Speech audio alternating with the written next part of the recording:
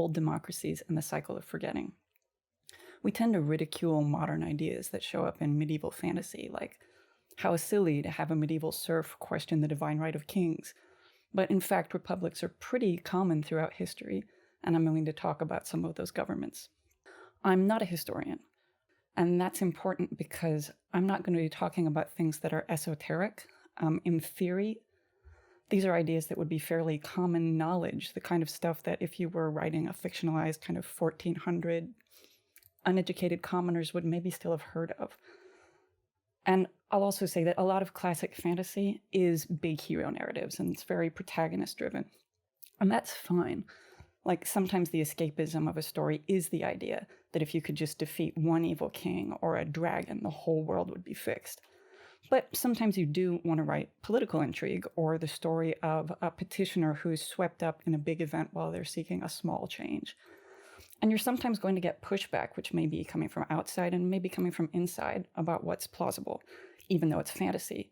And often it's going to be because somebody, including maybe you, has absorbed an idea like that authoritarianism is natural, or biology is destiny, or that things have always been equally bad for women and racial minorities who should maybe be grateful instead of pushing for more now, or an idea that people in the past knew less than us and were children and were not really evolved in the way that we are. But it's not exclusively modern to want to say in what you do with your day. And a lot of modern systems, including the US and the United Kingdom, intentionally tied their governments to older systems. It's never been hidden. Think for a second about how much Latin there is all over our money and our buildings. We used older governments as case studies, and in some cases for legitimacy, to make the argument that these are inalienable rights, that we get to have these things. So I'm going to start with the big one, which is the Roman Republic. Honestly, you can end a lot of arguments just by pointing to the Roman Senate. It's old and it spanned a lot of territory. It existed from the very beginning of Rome as a city-state around 750 BC, 3,000 years ago. It started out as an accompaniment to a monarchy, but that looked like Congress and the president if you kind of squint at it. They were kings that were voted on and that existed kind of as expedients to be an executive branch. And the Senate was a group of elders who were the heads of prestigious families. There was also a second group, it was kind of bicameral, that was like the House of Representatives, that was called the Curate Assembly, and they kind of had legislative districts. A lot of the power in that time is still coming from direct democracy, and we substantially based the US government on this. That's why the Senate is called the Senate. About 150 years in, Rome ditches the monarch and runs as a republic for about 500 years. So it's a republic longer than it's a kingdom. It's a republic longer than it winds up being an empire, and it's a republic for longer than the US has existed. A lot of territorial expansion takes place over that time. Some of it is military conquest, but a lot of it is just people joining Rome because it seems like a good deal. It's under the Republic that Rome expands to encompass most of Western Europe and the Mediterranean coast. It's pretty federal. Different areas are more self-ruling or more colonial, just depending. The general idea is as long as you're paying your taxes and as long as you're letting retiring soldiers build houses there, you're good. And there's a spectrum of participation. It's kind of like there's citizenship and there's legal residency and there's kind of a bunch of in between there. Only a citizen votes, but everybody is protected by the legal system and can make contracts. And for the next several hundred years, for the length of the Republic, there's a constant expansion of who is a citizen. Most of what you think as the awesomeness of the Roman Empire was really the Roman Republic. They were building roads, there was a lot of trade, they were introducing a lot of ideas around rights and around legal protections. In the last 150-ish years of the Republic, which remember was a 500-year span, after a period of relative stability, it starts expanding faster in a way that has more to do with military conquest or raids and kind of facilitates the rise of strongman generals. But there are counter movements during that time that are demanding more rights and equality. It's kind of like a classic left-right government split like you would see now. In 135 BC, the first of several slave uprisings takes over Sicily, which tries to secede. It's an interesting one. It's led essentially by a jester who is a Syrian guy named Eunice. And the uprising was put down, but the Romans were sympathetic enough to it that they elected a guy named Tiberius Sempronius Gracchus, who passed major land reforms to redistribute wealth. There was a real kind of Liz Warren and Bernie type of energy. He was eventually clubbed to death by rich people. But then that made everybody so mad that they had to stick with the land ownership reforms. And then Gracchus's younger brother was elected about 10 years later and also murdered. And there was another Sicilian slave revolt. There were several civil wars that basically amounted to, why are we paying for all these legions versus, of course, we must have all of these legions. A third famous slave revolt was led by the gladiator Spartacus. You've probably heard of that one. His army was at least 120,000 people. Meanwhile, kind of taking advantage of the collapse and overreach that's going on, pirates just start terrorizing Mediterranean shipping, which then, of course, the strongman generals who are pulling a lot of the resources that are enabling this are like, well, so we need more stuff. And the Republic collapses when finally one of the strongman generals, Julius Caesar, moves to take power away from the Senate, and a bunch of senators stab him to death. And you know this happened. And everybody reading your book knows that happened. I mean, we talk about the Ides of March every year. We make jokes about it on social media. It's in Shakespeare. When John Wilkes Booth kills President Lincoln, he says, Sic semper tyrannis, assuming that everybody understands the Roman Senate killed Julius Caesar. Now, Caesar was not foolish enough to actually dissolve the Senate. The Senate still existed. What he did was he expanded the Senate to be 900 people so that it would be procedurally difficult for them to get a majority. And he also wanted direct appointment of magistrates, kind of like court packing. And the senators saw right through it, stabbed him to death. But then there's a bunch of civil war, and we do wind up collapsing into the Roman Empire. Now, I want to kind of emphasize something about the Roman Empire, because the fall of the Roman Empire starts almost immediately. Like the empire, when it goes into the empire period, in the first 100 years, the empire adds a lot of land, but it can't hold it. When you're thinking about kind of the misadventures in Britain, you know, Hadrian's Wall and Boudica and all of this stuff, when you're thinking about the misadventures in Egypt and kind of trying to take over from Cleopatra, when you're thinking about a lot of their battles in Eastern Europe where they never really got full traction, that's all that kind of first 100 years.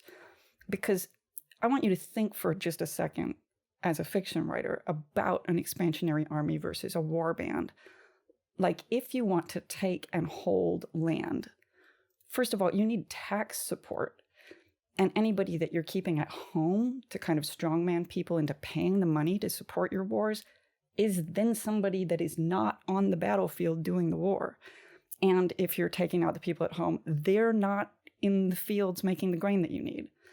And all the way back 2,000 and 3,000 years ago, people are having arguments about why are we spending money overseas instead of investing here. Meanwhile, enough people have to buy into it to be your army. Because yeah, you can conscript people and you can kind of enslave people and force them to go for you, but there's going to be deserters. And if you have to spend half of your army tracking down or watching or imprisoning the other half of your army, again, they're not going to be a very effective fighting force. You know, it's very easy, oddly enough, to get a bunch of people together to loot a city. I mean, we see that kind of after like soccer games or hockey games where people get excited and smash windows and whatever. And you can convince people to do that for a few days, but that's quite different from going someplace you don't live and then trying to hold that territory. That needs a lot more buy-in and that needs an administrative bureaucracy. So the imperial period just kind of falls to a lot of political infighting, kind of over scraps and not great long-term planning pretty quickly. Like, it's very similar to the Wars of the Roses. The Senate still exists through all of this, although its powers have been diminished. And just depending, you know, again, over a period of several hundred years, there are several attempts to reestablish more checks and balances because people see that this is not sustainable, this is not stable. So from about 100 AD to about 500 AD, it's just constant breakaways, invasions, infighting under this imperial system. But the bureaucracy is still fairly functional, especially in Italy, and it stays that way even up through the Medicis in the 1200s. So the Roman Senate still exists in one form or another until sometime between 603 and 630 AD. We're not really sure because it wasn't formally dissolved.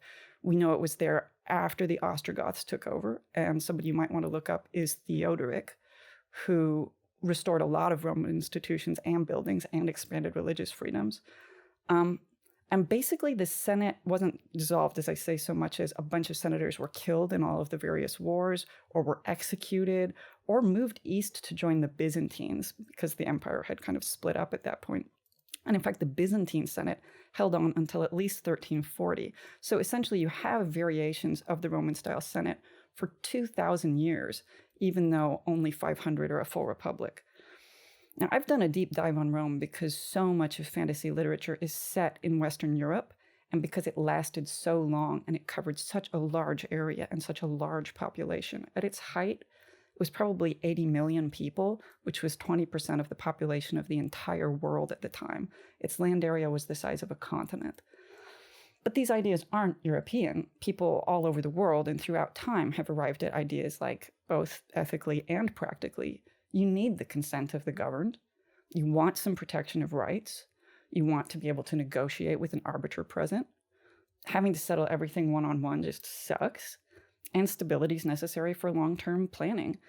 People have been people this whole time and everywhere, and it's hard to get people to do stuff they don't want to, especially when you're not right there. You need their buy-in. So one of these examples is a legislature called the Gbara of the Mali Empire. The Gbara also get called the Bara or the Gara, and the Mali Empire is also called Nieni. It's also called Manden Charter. It's also called Manden. It was a big swath of West Africa, a population of about 20 million people.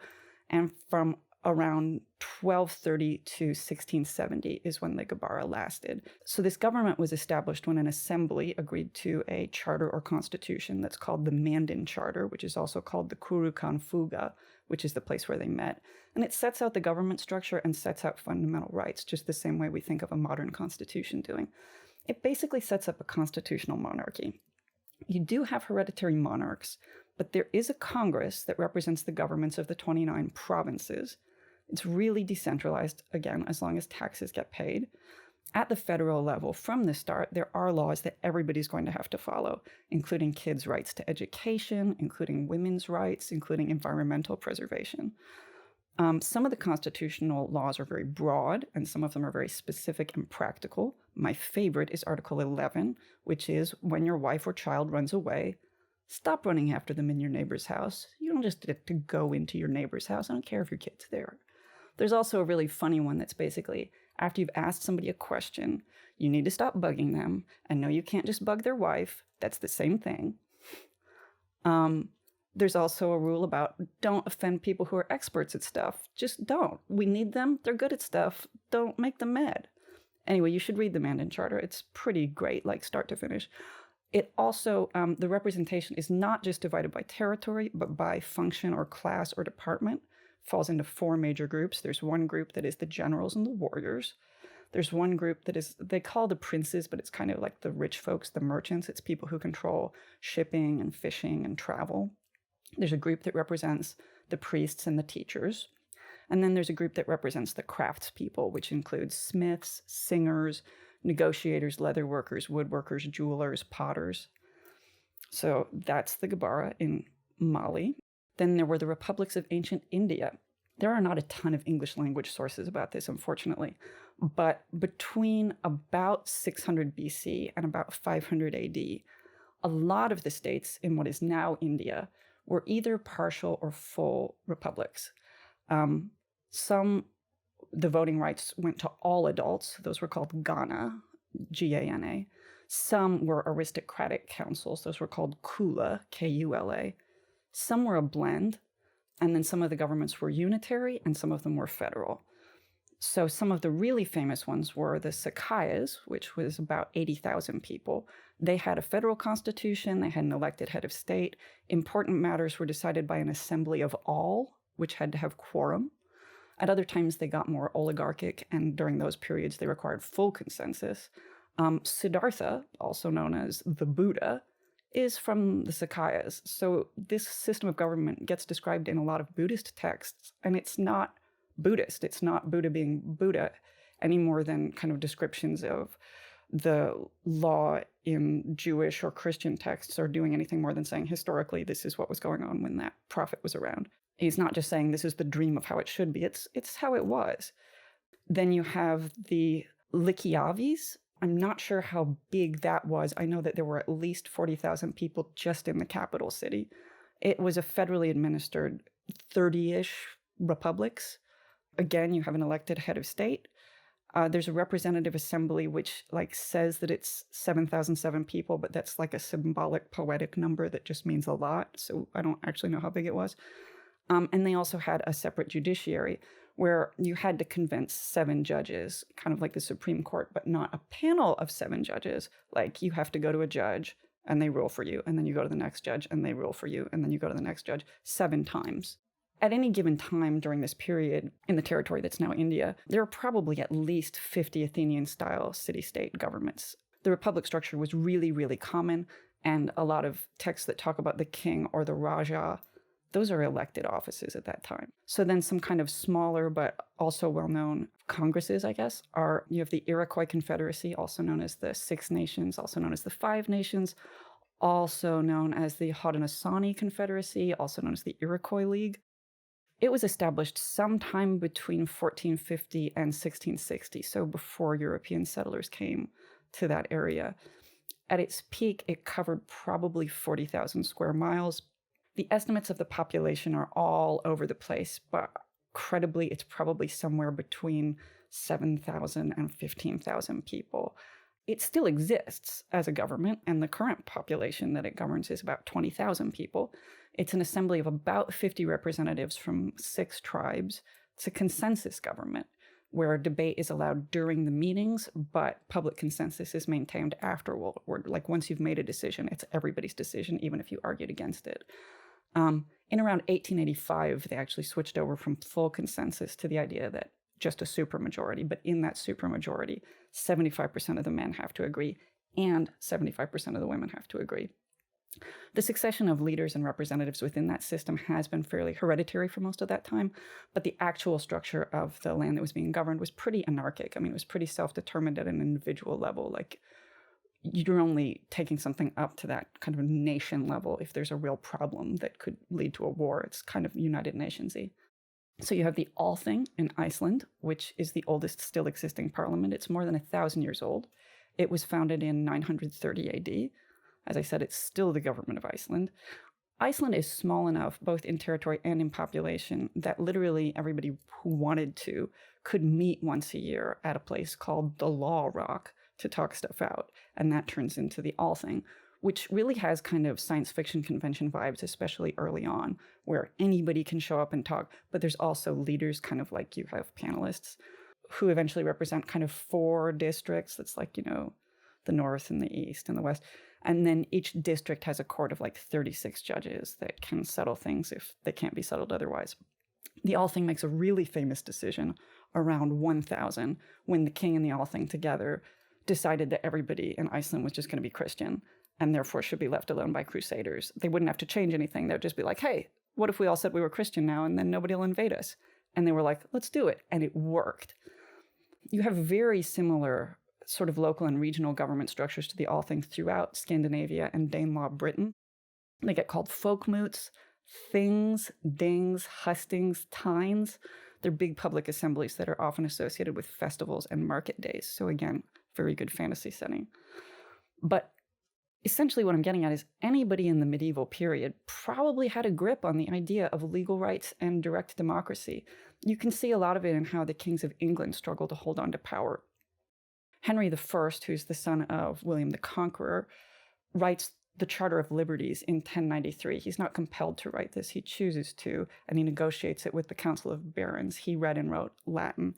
And again, it kind of sets out your basic ideas of like, you still own your stuff, you still get to make your choices, this is the limits on what I'm going to do.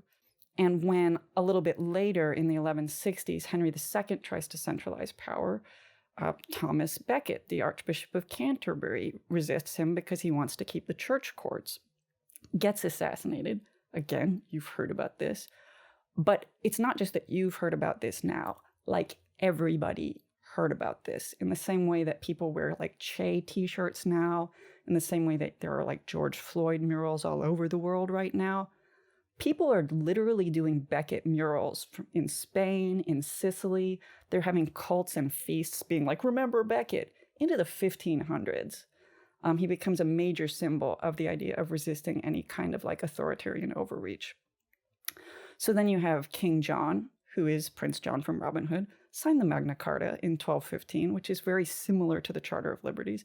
But it says you have protection of the courts, you have protection of property, you have protection against some forms of punishment, there are limits on taxation, there's limits on what the king can declare unilaterally, and there's a protection of serfs and freemen, not just nobles. It is clear that these are rights of everybody. So what about anarchy and socialism? That's been proposed all the time, like everywhere.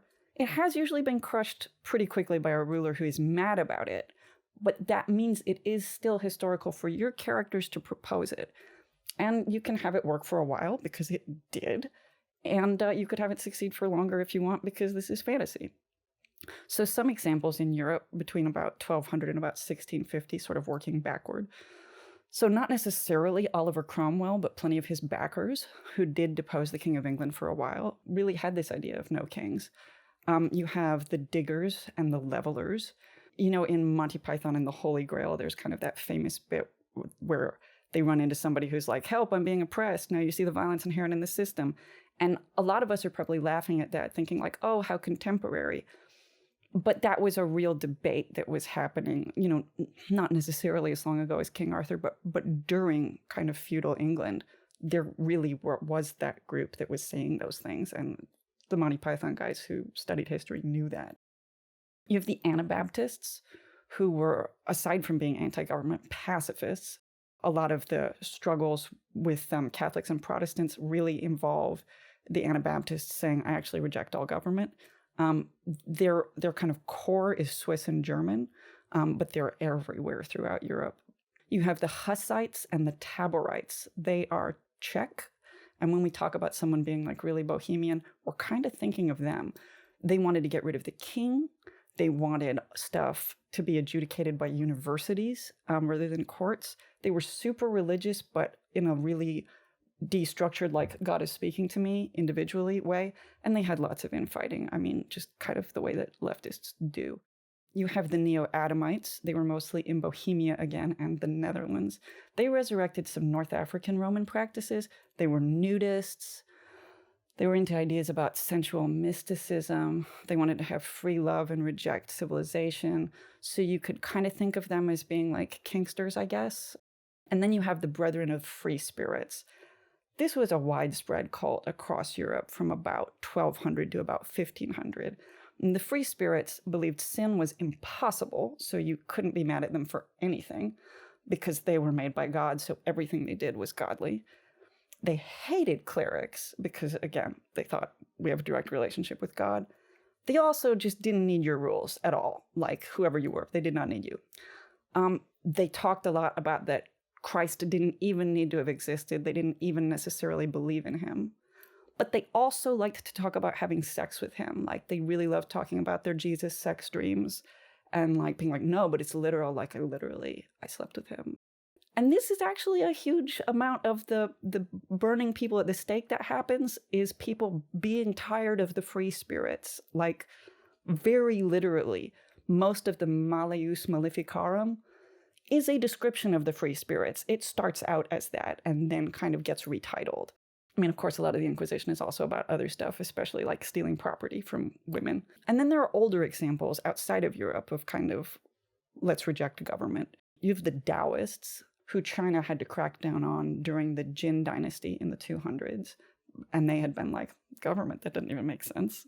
Like, why would we have kings? Why would somebody be better than somebody else? You have the followers of somebody named Mazdak in Persia in the 500s.